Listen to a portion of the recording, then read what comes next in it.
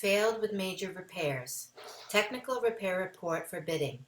Restoration with permit by a fully licensed vendor. Engineer oversight. 3 site visits. Certification with owner liability in lieu of a load test.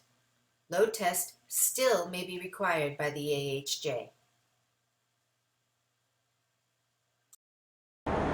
Okay, this is Fire Escape Engineers. This is a small stoop for transition and grade. This is going to be called D1, and we've got 2-inch hollow metal pipe,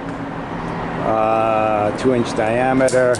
Appears to be in good order, but you do need 2 rails. You only have 1. Okay, Fire Escape Engineers. This concludes the inspector summary video. Load test still may be required by the AHJ.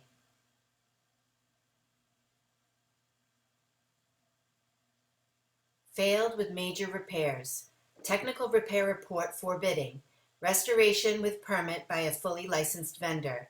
Engineer oversight. 3 site visits. Certification with owner liability in lieu of a load test. Fire escape issues. Photos represent what the violations are, not where they are or how many exist. Pass-fail inspection, not technical repair report.